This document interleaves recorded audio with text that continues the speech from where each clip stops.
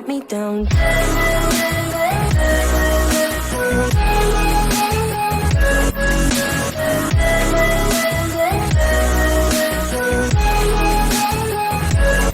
me down. Hello guys, what's up? So nandito na naman tayo sa ating Dark Souls Remastered walkthrough. Also guys, just to continue on this video, okay, we'll be going sa depths. Okay, so that's where we ended yung last video natin. And also guys, if mapapansin nyo, I'm using a different sword. Meron akong kaibigan na naglalaro din ng Dark Souls. He said, try not to use that weapon muna because it's so OP kasi. Lalo na sa first part ng game. Gamit ko na daw kagad yung Dark Knight sword, which is a really strong weapon considering nasa first part pa lang tayo. And it was a really good comment regarding the game, so I'm not gonna push through in using that weapon for the meantime. So I'm just gonna stick with the weapons that you can pretty much get sa first part ng game, like the sword that I'm using. So yung Dark Knight sword kasi guys, sometimes or most of the time, hindi mo siya makagad magagamit sa simula na laro. It depends if once you kill the Dark Knight, then they'll drop the weapon. So it's not most of the time, or it's rare na mangyari yung ganon. So let's make sure that we equip the rusted iron ring, because maglalakad tayo sa mga may mud saka tubig na areas dito sa depths. Okay. Okay. Ingat kayo dito guys, medyo malakas ang bawas niya. Parang siyang butcher, pero hindi butcher ang name niya. Kita. Okay, malakas ang bawas niya. Okay. So on this video, we'll be finishing up on this area na to, including the boss. Then that will eventually lead up to sa Blight Town. A lot of Dark Souls players, really, that's the one. When you're playing Dark Souls Remastered, that's the one area that a lot of us really don't like, including me. Pero para sa akin siguro ang pinaka-worst na area sa akin is Orlando. Later on with the game, you'll understand why I really don't like that area.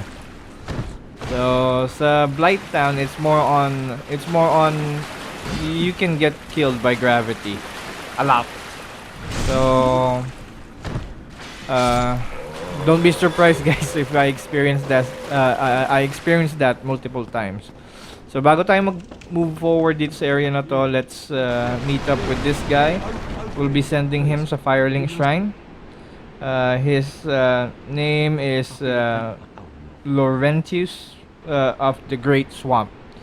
So if you're a pyromancy user, this is the guy that you will need to para sa build up mo, sa character build up mo. So once we talk to him, he'll go back to the Firelink Shrine. Then let's just open this this shortcut. Then let's go back to that area that we came in from.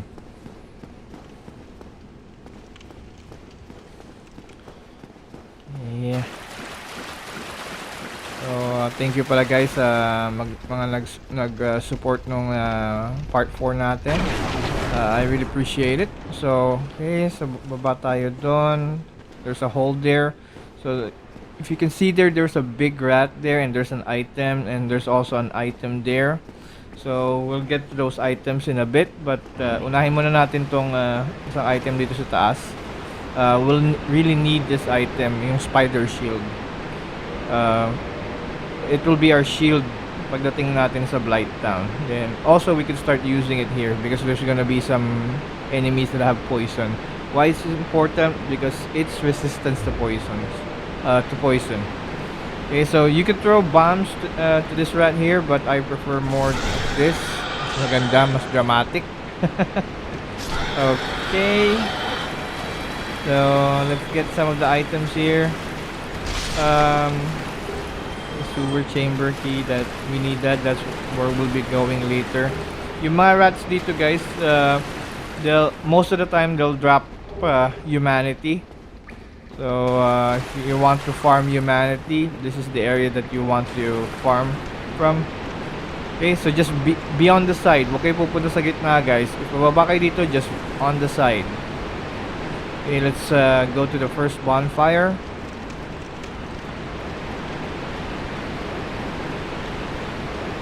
Okay.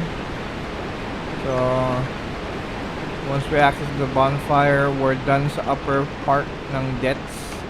And our depths will be going to the second part. I-access na, kita nyo yun, yung mga nasa taas na yan. Those are enemies then.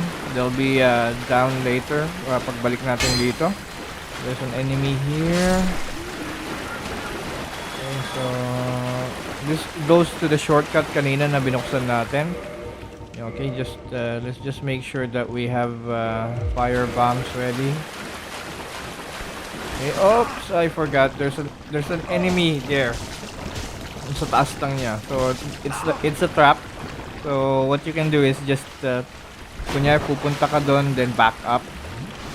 Lakas din ang bawas niya. So kita nyo, isang bomb, then isang hit lang sila. Okay na. But if you're gonna just hit them directly with the weapon that we have, probably it's 5 hits lang. 5 to 6 hits. Okay, so ako sa inyo 2 3 4 5. Yeah, it's 6. Okay, so samahin mo sila, then diba? Okay, and normally they whenever you kill them, they give those green titanite shards.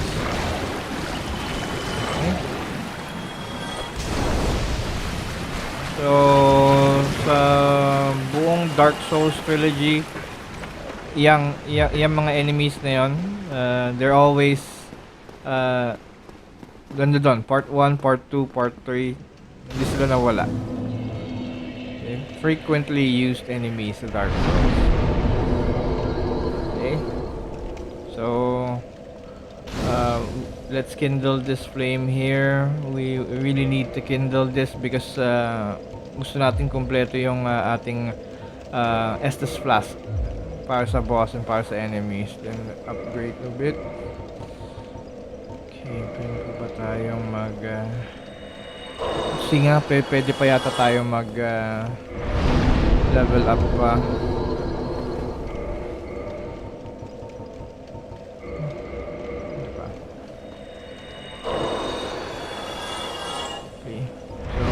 Done with the upper I consider upper depths, then we'll be going to the lower part of the depths, then after nun boss na tayo. Okay, so again guys, once you rest at the bonfire, most of the enemies will respawn. Okay, so okay. So, dyan tayo galing kanina guys, dito naman na tayo dadaan. Kung naalala nyo guys yung sa unang enemy natin, watch out guys, yung mga daga dito, they have poison. So right now we're not equipped with the armor na strong sa poison resist. Okay, so just make sure that you have the shield available. Okay, ambush yun. So kita nyo, humanity. Down here. Okay. That. Saan tayo galing kanina?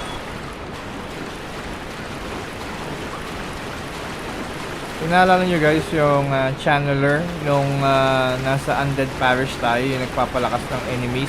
Meron siya dito. This is a ambush tong pupuntahan natin. There's 3 rats there, yung malalaking rats. So they already have poison. So yun, no, nakita nyo sa left side yun, nandun si Chandler. He can buff this enemies here. So what I do is I try to lure some of the rats. So mahirap silang kalaban, lalo na pag nakabuff sila. Okay.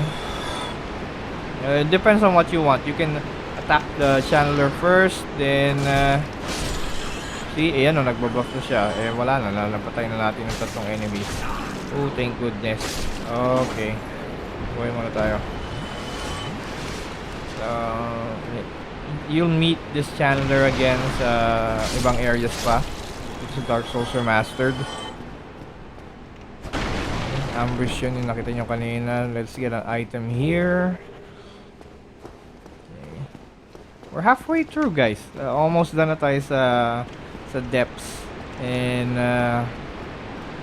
there's this boss here that is somewhat known to a lot of to some Dark Souls users name it differently. Kayo na bahala, guys. Ewan ko kung anong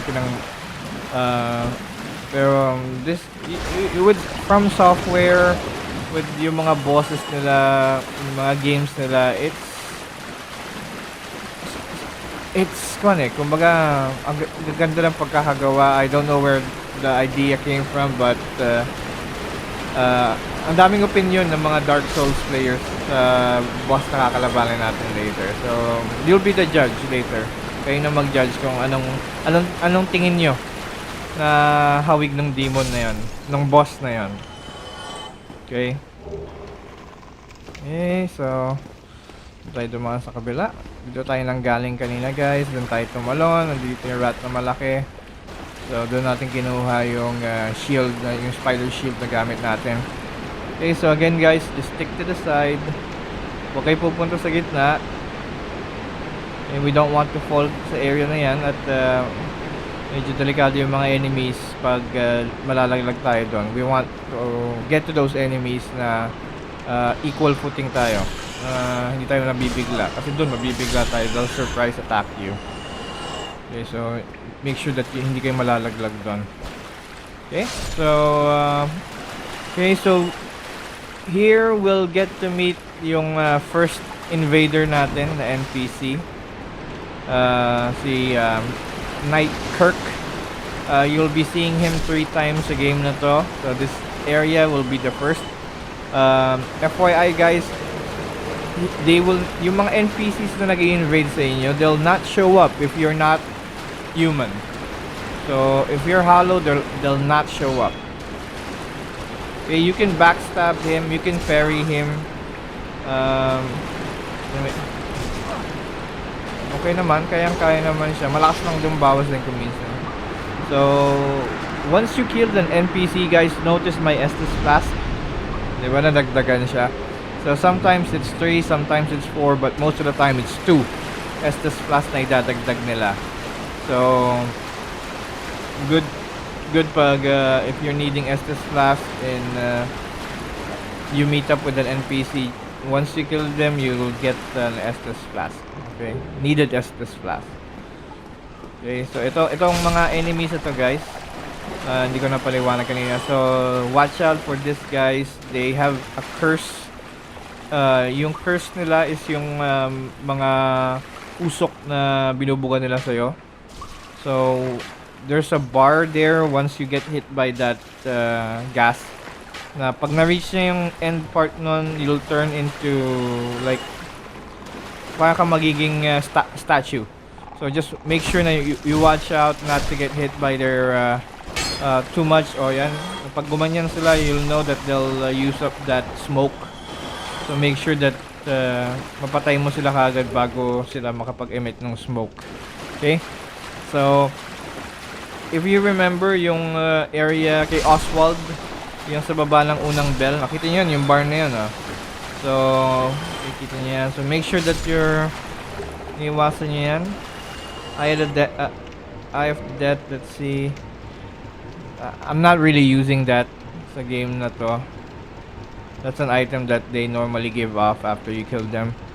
Nasaan na ba yung eye of depth here? Wala naman, hindi naman siya ring, hindi naman siya item dito. Wala naman. Okay, well, let's continue on.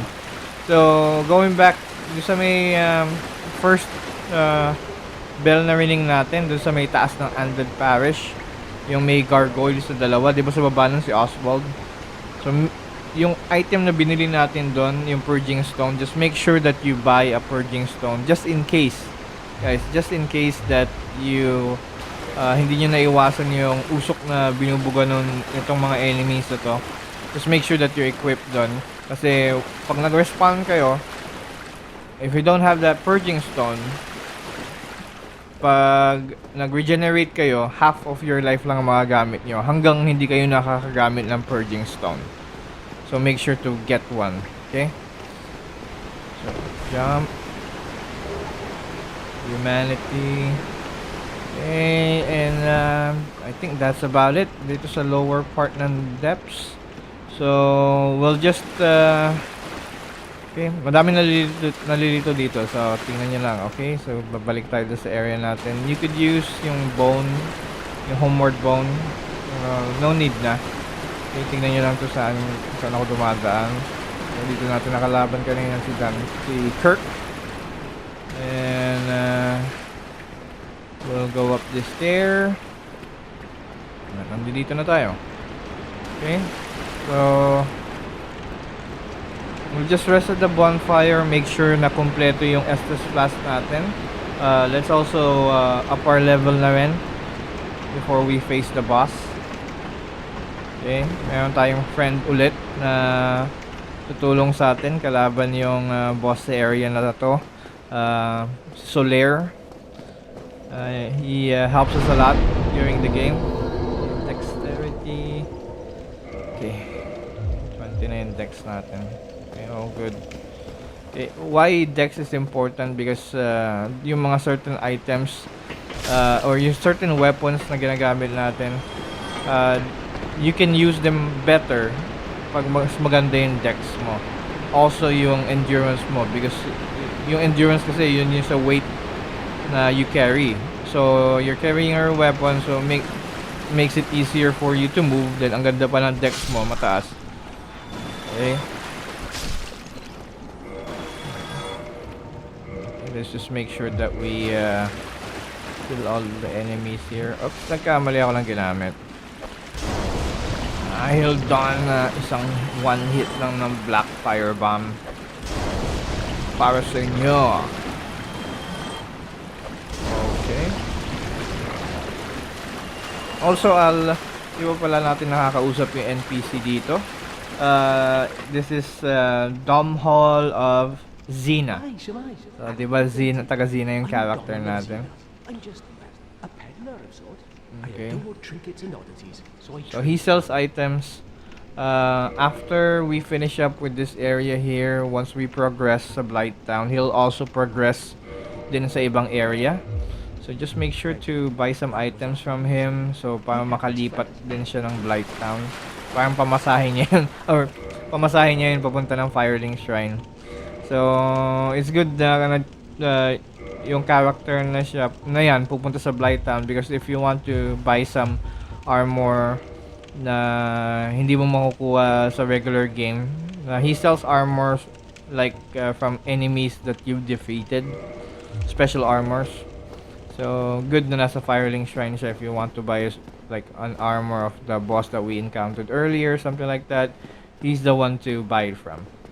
Okay, so okay, walang items dyan. There's an item and part nitong area na to, that's Solaire. Okay, so we're about ready to face yung boss dito, si Gaping Dragon. Summon lang natin si Solaire. Okay, so just make sure guys that okay yung kumpleto yung gear nyo. This boss here can hit like a truck din, pero iwas lang. Eh, tama na, let's go. Okay, depende na sa inyo guys kung ano ring ang gagamitin nyo. Akin, I will not remove yung ring of favor and protection natin. I'll stick with that ring.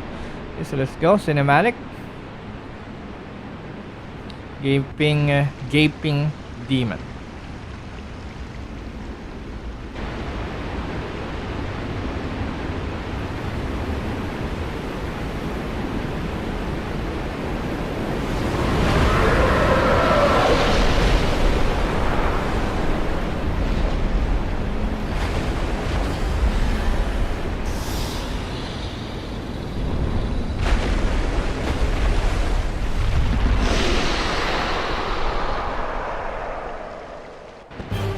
Kayo na mag-judge guys sa issue nitong demon na to. So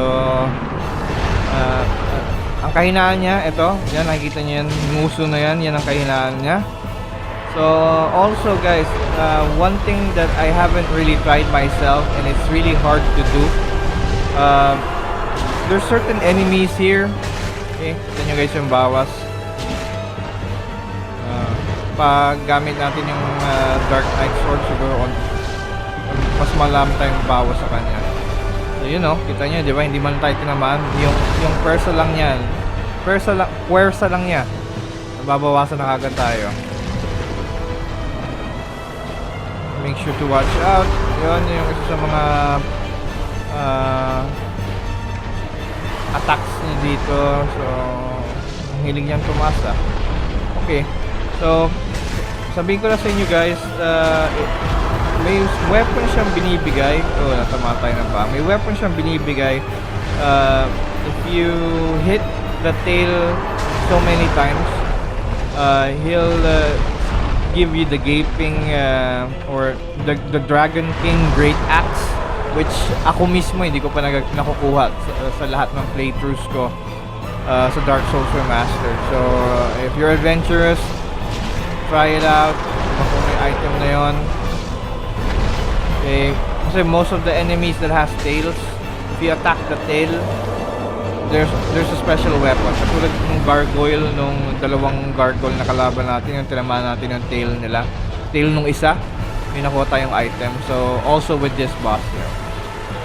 Okay, so unti na lang guys. So there, huwag kayong mag-alala. Even though he died helping us, mag-respawn pa rin yan. Mag-respawn pa rin si Solaire. Okay, so found a weak point. So this area na to, yung tuhod niya. So circle back to that knee.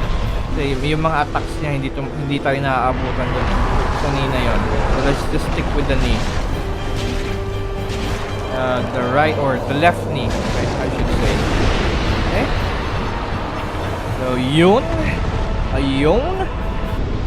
So we got the Blight Town key guys. So that's about it with that boss there. So again guys, kayo na mag-judge anong kamukha nung enemy na yun. Ayokong magbigay ng comment ko. So I just want to stay PG. Kayo na guys, bahala mag-comment kung anong kwan. Okay, so back tayo sa bonfire. Let's level up. Okay, pakita ko lang sa inyo guys yung entrance sa Blight Town before we end this video.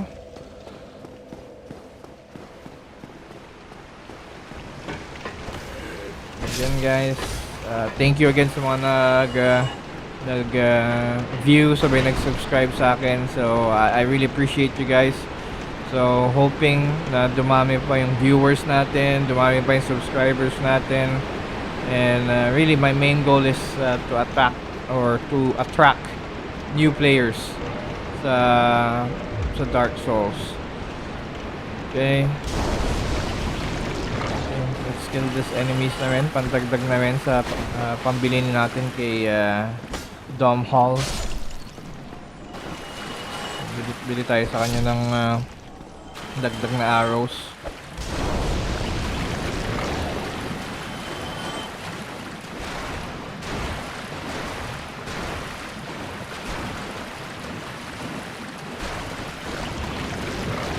Okay.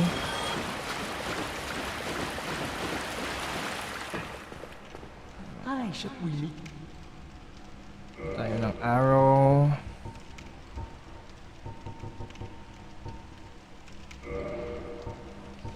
Okay, so okay, we're almost done.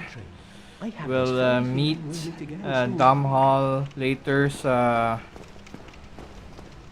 Firelink Shrine. So here we go. Pinakakinakatakutan area ng Dark Souls players, Blight Town. Kita nyo nagbago kagad yung lighting pagpasok natin. So again guys, thank you sa pag-support, thank you sa pag-watch. Stay safe, don't forget your masks, and thank you. See you guys later. Bye.